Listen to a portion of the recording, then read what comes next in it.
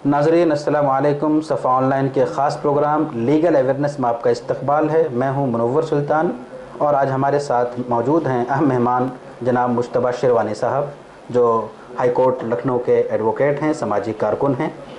Sir, आपका खैर मकदम है। बहुत शुक्रिया। नाज़रीन, आज हम बात करेंगे एक अहम इशू पे। आजकल दो लफ्ज़ बड़ा चला हुआ है, हर एक के सामने वही डिस्कशन है, वही मौजूद बहस है। गली से लेकर होटलों तक हर जगह इसी का चर्चा है, NRC और NPR। अभी हमने पहले एपिसोड में बात की NRC पे और बताया कि इसकी कोई हकीकत नहीं है। जब ये बिल आएगा और इस तरह का कोई कानून बनेगा तो फिर देखा जाएगा कि उसका प्रोसेस तय किया गया है। तो आज हम बात करेंगे NPR पे। ये मरदमशुमारी एक नॉर्मल चीज़ है, हर 10 साल पे मरदमशुमारी होती है और उसके लिए कुछ ज़रूरी कागजात होते हैं जिसको पूरा किया जाता है। गवर्नमेंट ने ऐलान किया है कि 2020 में ये मरदमशुमारी होगी। NPR नेशनल पॉपुलेशन रजिस्टर तैयार होगा और उसकी जो प्रक्रिया है, जो भी प्रोसेस है, वो किया जाएगा। इस हवाले से भी बड़ी गलतफहमियाँ हमारे दरमियान पाई जाती है। तो आज हम बात करेंगे अपने मेहमान से कि इसकी हकीकत क्या है और इसके लिए क्या कागजात हमारे पास होने चाहिए। सर, जो अभी इशू चल रहा है NPR का जी, ये आइंदा होना है और इससे पहले भी बार बार हुआ है। ये एक मामूल की चीज़ है। इस बार जो ये होने वाला है तो क्या ये पहले की तरह होगा या इसमें कुछ चेंजिंग आई है? देखिए, अभी तक जो गवर्नमेंट ऑफ इंडिया का गज़ट निकला है जी, गज़ट के अकॉर्डिंग इन्होंने जो NPR वर्ड की बात कही है, नेशनल पॉपुलेशन रजिस्टर, आप जिसको हम लोग कहेंगे कि height of anxiety, height of panic या हाइट ऑफ प्रोपेगेंडा भी हम लोग कह सकते हैं। गज़ट सर्कुलेट हो रहा है, गज़ट के साथ में डॉक्यूमेंट सर्कुलेट हो रहे हैं कि ये डॉक्यूमेंट्स आप तैयार रखिए। गज़ट में बिल्कुल क्लियरली लिखा हुआ है नेशनल पॉपुलेशन रजिस्टर जी, लेकिन जो पब्लिक में चर्चा हो रही है वो नेशनल रजिस्टर फॉर सिटीजन्स की हो रही है जी। इसको हम लोग कह सकते हैं हाइट ऑफ प्रोपेगेंडा कह सकते हैं। जो मतलब गज़ट देख भी रहा हो, जाहिर सी बात है, कम से कम 2 लाइनें पढ़ तो रहा होगा, इतनी तकलीफ कर रहा होगा कि देख लें इसमें लिखा गया है। उसके बाद में अगर इतना प्रोपेगेंडा फैल रहा है तो बाकी आप अंदाजा लगा सकते हैं कितना प्रोपेगेंडा सोसाइटी में इस टाइम फैला हुआ है। NPR जहाँ तक हम लोग बात करें, नेशनल पॉपुलेशन रजिस्टर, ये नॉर्मल सी बात है। सिटीजन्स का सेंसस तैयार कराती है गवर्नमेंट, आपने भी अभी इस बात का जिक्र किया और सबको मालूम है, ऑलमोस्ट हर घर में गवर्नमेंट के आदमी जाया करते थे और एक लिस्ट बनाते थे, पूछते थे फादर का नाम क्या है, मदर का नाम क्या है और आप कहाँ से आए हैं वगैरह का सवाल नहीं होता था। अभी सिर्फ ये काउंटिंग होती थी, कितने लोग घर में हैं, बच्चे कितने हैं, बड़े कितने हैं। लेकिन जहां तक इस बार वाला NPR का जो गज़ट नोटिफिकेशन हुआ है, तो अब मुझे जो लगता है वो ये लगता है कि अब की गवर्नमेंट कम से कम एक डाटाबेस ये भी तैयार करना चाहती है कि इस डेट में पर्टिकुलर शहर में, गांव में, कस्बे में कितने लोग रह रहे हैं जी। उसके हो सकता है 2 एस्पेक्ट्स हों जहां तक मुझे लग रहा है। पहला ये कि अक्सर आपने देखा होगा, डुअल सिटीजनशिप तो नहीं कहा जाएगा उसको, लेकिन 2 जगह वोटर ID में नाम तक होते हैं लोगों के। एक गांव में है और एक उसका शहर में 2 राशन कार्ड होते हैं, 2 राशन कार्ड हैं, 2 राशन कार्ड, इलेक्शन ID है। तो क्योंकि हिंदुस्तान में भी गरीबी काफी है और मिडिल क्लास और लोअर मिडिल क्लास जो है, हर चीज को गवर्नमेंट अगर कुछ प्रोवाइड करे तो उसको अवेल करना चाहती है मैक्सिमम एक्सटेंट तक। तो उसके एवज में आदमी सोचता है कि लाओ, गाँव पे भी एक परिवार रह रहा है, घर पे बूढ़े माँ बाप हैं और लोग हैं, तो लाओ उनको भी मिल जाए, अगर एक सिलेंडर हमारे नाम पे मिल जाए और एक अपनी यहाँ फैमिली चल रही है। मुझे नहीं लगता कि अब ये सिस्टम आगे कंटिन्यू हो पाएगा और अगर कानूनी तौर पे देखें तो होना भी नहीं चाहिए क्योंकि एक आदमी एक चीज का एक ही जगह से बेनिफिट ले सकता है। अब गांव से भी बेनिफिट लेना चाह रहे हैं, शहर से बेनिफिट लेना चाह रहे हैं, लेकिन सर उस आदमी को बेनिफिट चाहिए ना, वो जहाँ है वहाँ बेनिफिट चाहिए उसको। अगर वो गाँव में है तो गाँव में बेनिफिट चाहिए, बिल्कुल, शहर में है तो शहर में बेनिफिट चाहिए। तो इसका तो कोई सोल्यूशन होना चाहिए। इसका सोल्यूशन ये है कि जाहिर सी बात है, जो पुराने रूल्स में नाम वहाँ पे लिखे हुए हैं, राशन कार्ड में, वोटर ID में, तो जहाँ पे इंसान पहुंच गया या अब रह रहा है या उसका परमानेंटली वहाँ रहने का इरादा है, तो ड्यूटी तो उसकी यही है कि वो अपना नाम वहाँ पे नई जगह पे रजिस्टर कराए। जैसे हम लोग एडवोकेट्स हैं, एडवोकेट्स में क्या होता है कि सपोज करिए हम लोग यूपी में प्रैक्टिस कर रहे हैं, तो हम लोग का रजिस्ट्रेशन जो है वो यूपी बार काउंसिल ने इशू कर रखा है, bar council of Uttar Pradesh में। अगर हम लोग महाराष्ट्र में या किसी दीगर स्टेट में जाके हम लोग प्रैक्टिस करने की बात करें तो हम लोगों को सबसे पहले अपना यहाँ से रजिस्ट्रेशन चेंज करा के वहाँ करवाना पड़ेगा, ट्रांसफर करवाना पड़ेगा। दिल्ली अगर हम लोग जाके वकालत करें तो उसके बाद में हम लोग को दिल्ली में रजिस्ट्रेशन करवाना पड़ेगा, यूपी बार से अपना नाम कट कराना पड़ेगा। तो वही चीज ये ग्राउंड लेवल के ऊपर है और होना भी यही चाहिए कि गांव से अगर इंसान माइग्रेट करके आ गए, जैसे सपोज करिए कोई आदमी एक गांव में रह रहा है, उसके शहर में नौकरी लग गई, अब उसका चेंज करने का फिलहाल कोई इरादा नहीं है, तो उसने वहां से अपना रोल कटवा दिया। अब अच्छा, उसका एक दूसरा एस्पेक्ट भी है पब्लिक के साथ। पब्लिक भी बेचारे क्या करे, इतनी हाइपर टेक्निकल चीजें होती हैं, जैसे आप किसी डिपार्टमेंट में जाइए कि हमारा भाई नाम कटना है, तो वो लंबा प्रोसेस होगा, इतना लंबा प्रोसेस बता देंगे आपको, सिंगल विंडो होती नहीं है कि आप सोचोगे कि हटाओ चलो यहाँ भी कर रहा हूँ वहां भी कर। तो सर एक प्रॉब्लम और है, आम आदमी है, वो पढ़ा लिखा आदमी नहीं, जानता नहीं है, फिर उसको 6 महीना शहर में रहना है, 2 महीने गाँव में भी रहना है। अब वो क्या करेगा, 6 महीने यहाँ कटवाए, 2 महीने वहां रखे, वहां कटवाए यहाँ रखे, तो जिंदगी में इसी में चली जाएगी। वो आपकी बात ठीक है, प्रॉब्लम है, वो आपकी बिल्कुल बात ठीक है, मैं उससे इत्तेफाक रखता हूँ। लेकिन जहाँ तक इसकी बात है कि आदमी को नॉलेज नहीं है, जी जी, तो एक इंग्लिश का लीगल इडियम है, ignorance of law is not an excuse. जी जी जी, वो तो कानून की ना जानकारी होना कोई बहाना नहीं। हाँ वो है, क्योंकि सब, जैसे अभी हम खुदा ना खास्ता चोरी कर लें और बाद में हम कहें हमको तो मालूम नहीं था कि भाई चोरी करना मना है, तो ये आज की डेट में जहां बच्चा थोड़ा बड़ा होता है सबको मालूम होता है कि दूसरे का सामान बिना पूछे उठाना चोरी की डेफिनेशन में आता है। अगर अभी आपसे पेन आपके बिना मर्जी के लेके अपनी जेब में रख लें तो वो चोरी की डेफिनेशन में है। तो सर जो हम बात कर रहे थे एनपीआर पे, तो ये जो आइंदा होगा, तो आपने बताया कि नॉर्मल है, सिर्फ कुछ चेंजिंग हो सकती है उसमें, वो चेंजिंग क्या हो सकती है, आपको क्या लग रहा है? वो चेंजिंग अब यहाँ जहाँ तक मेरा अपना ओपिनियन है वो ये है कि वो चेंजिंग मेरे ख्याल से इस चीज़ के ऊपर लाना चाह रही है गवर्नमेंट कि लखनऊ में सपोज करिए आज 25 से 35 लाख आबादी होगी, अब 10-15 लाख आदमी ऐसे होंगे जो दीगर जगहों से आए हुए यहाँ पे हैं और टू एंड फ्रो उनका मुस्तकिल लगा रहता है। तो गवर्नमेंट एटलीस्ट इस मोमेंट पे ये डाटा कलेक्ट करना चाह रही होगी, जैसे लखनऊ की हम लोग बात कर लें, हम लोग लखनऊ में बैठे हुए हैं, कि आज की डेट में जिस डेट में यहाँ पे मर्दमशुमारी हो रही है, सेंसस हो रहा है, तो उस डेट में पता चल जाए कि लखनऊ में उस डेट में इतने लोग रह रहे थे। और अब जो मेरे ख्याल से क्वेरी होगी वो इस तरीके की भी होगी कि लोग आके पूछेंगे कि आप कब से यहाँ पे रह रहे हैं, क्योंकि जो बात निकल के आ रही है, कई लोगों से डिस्कशन भी इसके ऊपर हुए, तो यही हो रहा है कि head of the family at least present रहे at the time of census. अच्छा। जब सेंसस किया जा रहा हो, क्योंकि अगर घर में 12 साल 14 साल 18 साल 20 साल का कोई लड़का है, वो उतनी बातें नहीं बता पाएगा जो उसके बाप या माँ बता सकते हैं, उनको जाहिर सी बात है पूरी इल्म है। तो इस चक्कर में ये है कि कोशिश करें कि जब मर्दमशुमारी हो तो जाहिर सी बात है एक दिन में तो हो नहीं पाएगी, लोगों को मालूम रहेगा फलाने इलाके में फलाने दिन होनी है, तो उस दिन घर में रहने की कोशिश करें और अपना थोड़ा बहुत जो आधार कार्ड और ये डाटा पासपोर्ट जो है वो सब डॉक्यूमेंट्स हैं उनको रखें। ज़मीनों की जहाँ तक बात निकल के आ रही है कि पुरानी 1951 और 71 का डाटा, अभी मेरी समझ से उसकी कोई रिक्वायरमेंट नहीं है, क्योंकि उसके बारे में अभी गवर्नमेंट ने कुछ भी क्लैरिफिकेशन नहीं मांगा है, ना कोई बात कही है।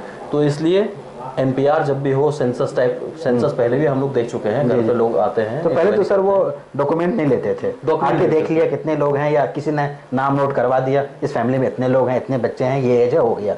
इस बार शायद डॉक्यूमेंट की भी कुछ बात अभी कुछ कंफर्म नहीं है, अभी कोई कंफर्म नहीं है, अभी रूल्स फ्रेम नहीं हुए हैं। एक बात और चल रही है जो व्हाट्सएप हवाले से, क्यों बायोमेट्रिक होगा, उंगलियों के निशानात लिए जाएंगे, क्या ऐसा है कुछ? इसके बारे में भी अभी कुछ क्लैरिफिकेशन नहीं आया। अच्छा, अभी तो सिर्फ जो हम लोग के सामने आया वो एक गजेट आया है गवर्नमेंट का, और गजेट को अगर आप दूसरे मीनिंग में देखें तो वो बेसिकली सेंसस की ही बात कर रहे हैं। जी जी जी सर, आखिरी सवाल जो हम अभी कई बार दोहरा चुके हैं कि बहुत से लोग हैं जो गांव के हैं, शहर में रहते हैं, उनके पास चूंकि दोनों जगह जरूर, कुछ महीने यहाँ हैं, कुछ महीने वहाँ रहना है उनको, तो दोनों जगह उनको ज़रूरत पड़ती है, खासतौर पे अगर गरीब लोगों की बात करें तो अक्सर ऐसा होता है कि राशन कार्ड वहाँ भी है, यहाँ भी है, या इलेक्शन कार्ड वहाँ भी है, यहाँ भी है।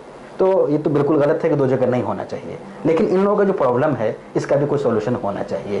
तो अब जो एनपीआर होने वाला है, ऐसे में उनको आप क्या मशवरा देंगे? वो जहाँ शहर में रह रहे हैं वहाँ मर्दमशुमारी कराएं, या अपने गांव में जहाँ उनके और लोग हैं और दूसरी फैमिली है, अब अजदाद रहते हुए आए हैं, वहाँ मर्दमशुमारी कराएं, उनके लिए क्या बेटर होगा? देखिए, मर्दमशुमारी का जहाँ तक मामला है, तो अगर आप सपोज करिए कोई एक आदमी है, उसका एक गाँव में भी नाम रजिस्टर है और लखनऊ के अंदर या दूसरे किसी शहर में भी उसका नाम रजिस्टर है, तो अगर एनआरसी लेटर ऑन स्टेज पे होने की बात होती है जी, और वो ये चाहता है कि हम अपने आप को प्रोटेक्टेड कर लें एनपीआर में जी, तो जाहिर सी बात है इसमें आपको ये देखना पड़ेगा कि अगर वहाँ तक आपका जैसे नाम चला आ रहा है आपके बाप दादा का किसी दूसरी जगह पे, और वहाँ से आप माइग्रेट करके आ गए लखनऊ या किसी दूसरे शहर चले गए, तो अगर आपने वहाँ से रोल में आपका नाम हटवा दिया तो कंटिन्यूटी तो है ही आपके पास में जी।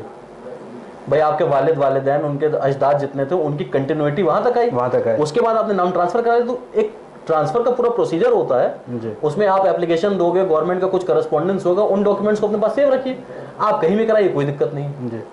बेटर क्या होगा उनके लिए? वो अपने गांव जाके करवाएं, जहां मर्जी हो वहां करा ले, इससे कोई फर्क नहीं, कोई फर्क नहीं पड़ेगा, क्योंकि आपको बेसिकली चेन दिखानी पड़ती है जी। जैसे सेल डीड्स के मैटर आते हैं तो कोर्ट्स अक्सर क्वेरी करती हैं कि इस सेल डीड की चेन कहाँ है जी, इससे पहले वाली कहाँ थी, उससे पहले वाली कहाँ, तो कम से कम एक चेन मिल जाती है। तो चेन सर किस तरह मिलेगी? जैसे जब एनआरसी होगी मसलन, हम फर्ज कर लेते हैं, तो वो स्टेट वाइज होगी, यूपी की होगी तो अलग, दिल्ली की होगी अलग, मुंबई की होगी अलग।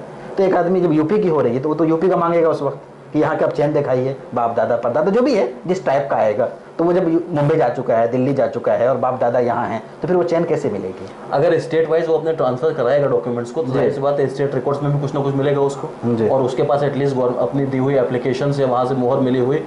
इसमें रिसीविंग बहुत इंपॉर्टेंट है। अगर कोई अपने डॉक्यूमेंट्स को ट्रांसफर भी करा रहा है तो अगर गवर्नमेंट में जिस टाइम एप्लीकेशन दे रहा है उस टाइम वो रिसीविंग जरूर लेकर रख ले अपने पास। और अगर रिसीविंग नहीं ले, हालांकि डिपार्टमेंट्स में सब रिसीविंग दे देते हैं, कभी इस तरह से कोई बात नहीं आती है, कोई रिसीविंग ना दे, तो उसमें यह है कि आप एक रजिस्टर्ड पोस्ट कर दीजिए जी, और उसकी पोस्टल रिसिप्ट अपने पास जरूर संभाल के रखिए, और वो पर्टिकुलर लेटर जरूर रखिए अपने पास, जिससे कि आपका बोनाफाइड शो हो जाए। अच्छा, नहीं अगर ट्रांसफर नहीं करवाता है, उसके पास दोनों जगह के हैं, जाहिर सी बात है जहाँ पे वो रहेगा वहाँ का बाकी रहेगा, दूसरा खत्म हो जाएगा, तो ये काफ़ी होगा उसके लिए या ट्रांसफर कराना जरूरी है? बिल्कुल काफ़ी होगा, ये काफ़ी होगा, क्योंकि बायोमेट्रिक सिस्टम जब तक, जैसे आधार कार्ड बेसिकली इसका पहला स्टेप अगर हम लोग कह लें तो आधार कार्ड ही है जी। आधार कार्ड क्या है कि आधार कार्ड हर किसी को बायोमेट्रिक सिस्टम से कनेक्ट किया दे रहा है, धीरे धीरे सारे डिपार्टमेंट जो है कंप्यूटराइज्ड हो रहे हैं। अब जहाँ तक आपने पहला सवाल ये उठाया था कि लोग गरीब आदमी हैं, लेमैन है बेचारा, लेबर क्लास है, मजदूर है या कोई छोटा आदमी है, वो चाहता है कि वहाँ अगर हम गांव में रहें तो वहाँ बेनिफिट मिले, यहाँ पे हो, तो गवर्नमेंट हो सकता है आगे चल के करे, वरना ऐसा हो सकता है लोग उसको एडवाइस भी करें गवर्नमेंट को, या मेरा भी अपना प्रपोजल यही गवर्नमेंट को रहेगा कि बायोमेट्रिक सिस्टम अगर कर रहे हैं तो कंप्लीट बायोमेट्रिक सिस्टम जल्द से जल्द कर दें, उसका इम्प्लीमेंटेशन कायदे से करवा दें। तो ये रहे कि जैसे राशन की दुकान है, उसको राशन 1 महीने चाहिए यहाँ, 4 महीने चाहिए गांव में, तो जैसे उसने अपना अंगूठा मारा तो सेंट्रली कनेक्टेड है, तो यहाँ पे उसका चढ़ गया इस महीने का, उसके बाद वो अगर दूसरी जगह पे ले रहा है तो उस जगह पे उसका दर्ज हो जाए, एटलीस्ट उसका दूसरा कार्ड बन जाए, उसका कोई कार्ड हो जाए, जैसे रहे कि ये यहाँ भी रहता है वहाँ भी रहता है। तो हाँ, जैसे ये है कि हम लोग वकीलों का जैसे बात करें तो बार, अक्सर आपने बार सुना होगा, हर कोर्ट की अपनी बार होती है, हाई कोर्ट के बाद बार एसोसिएशन है, सिविल कोर्ट के सेंट्रल बार एसोसिएशन है, कलेक्ट्रेट की लखनऊ बार एसोसिएशन है। तो बीच में इस तरीके की बहुत चर्चाएं चली थी कि 1 बार 1 वोट, कि हर वकील, जो भी वकील है वो एक बार में रहे और एक ही जगह वोट कर पाएगा जी। तो वकीलों में जाहिर सी बात रिजेंटमेंट हुआ काफी कि नहीं, ये तो बात गलत है। तो उसके बाद ये कर दिया कि ठीक है आप मल्टीपल बार्स में रह सकते हैं जी। जैसे आप सेंट्रल बार के मेंबर रह सकते हैं, लखनऊ बार के भी रह सकते हैं, अवध बार के भी रह सकते हैं, दीगर जो भी बार है उसमें मेंबर रह सकते हैं, लेकिन वोट आप एक ही जगह डालेंगे जी जी। हाँ, ये तो बहुत अच्छा है, इस तरह का तो हो सकता है, इस तरीके का इंडिया के हैं, यहाँ के सिटीजन हैं, लेकिन हम किसी भी स्टेट में हो सकते हैं। बिल्कुल हो सकता है। तो हमारा कोई ऐसा कार्ड होना चाहिए कि हम कहीं भी उसको यूज कर सकें। बिल्कुल, ये 1 टाइम यूज करें, हम कहीं भी यूज कर सकें, ऐसा होना चाहिए। इस तरीके का गवर्नमेंट को करना चाहिए जी। और हो सकता है आगे ये सब चीजें, क्योंकि इतनी 125 करोड़ की आबादी है, धीरे धीरे ग्रेजुअली ही चीजें आगे बढ़ती हैं। और ट्रांसफॉर्मेशन एक फेज है ये, बेसिकली अगर आप देखें तो ये लॉ ऑफ सोशल ट्रांसफॉर्मेशन एक सब्जेक्ट है, तो ट्रांसफॉर्मेशन का ये फेज है। तो ये चीजें सब हर चीज में ट्रांसफॉर्मेशन हो रहा है। वो पहले टाइपराइटर यूज होता था, उससे पहले हाथों से लिखा करते थे, फिर कंप्यूटर आ गया, तो उसमें ट्रांसफॉर्मेशन हो रहा है। हम लोगों की भी अपब्रिंगिंग में ट्रांसफॉर्मेशन हो रहा है, हर चीज में एक ट्रांसफॉर्मेशन का फेज चल रहा है। तो इसी तरह अगर आप कंप्यूटराइज सिस्टम्स की बात करें तो उसमें भी ट्रांसफॉर्मेशन हो रहा है।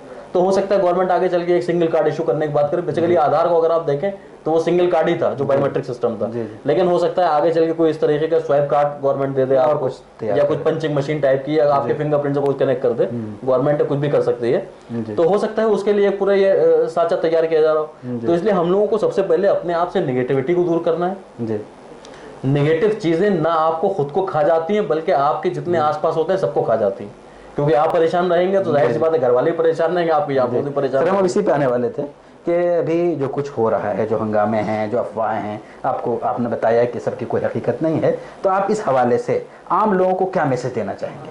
आम लोगों के लिए बात है कि किसी भी बात में आप पैनिक क्रिएट ना करिए, बिल्कुल भी।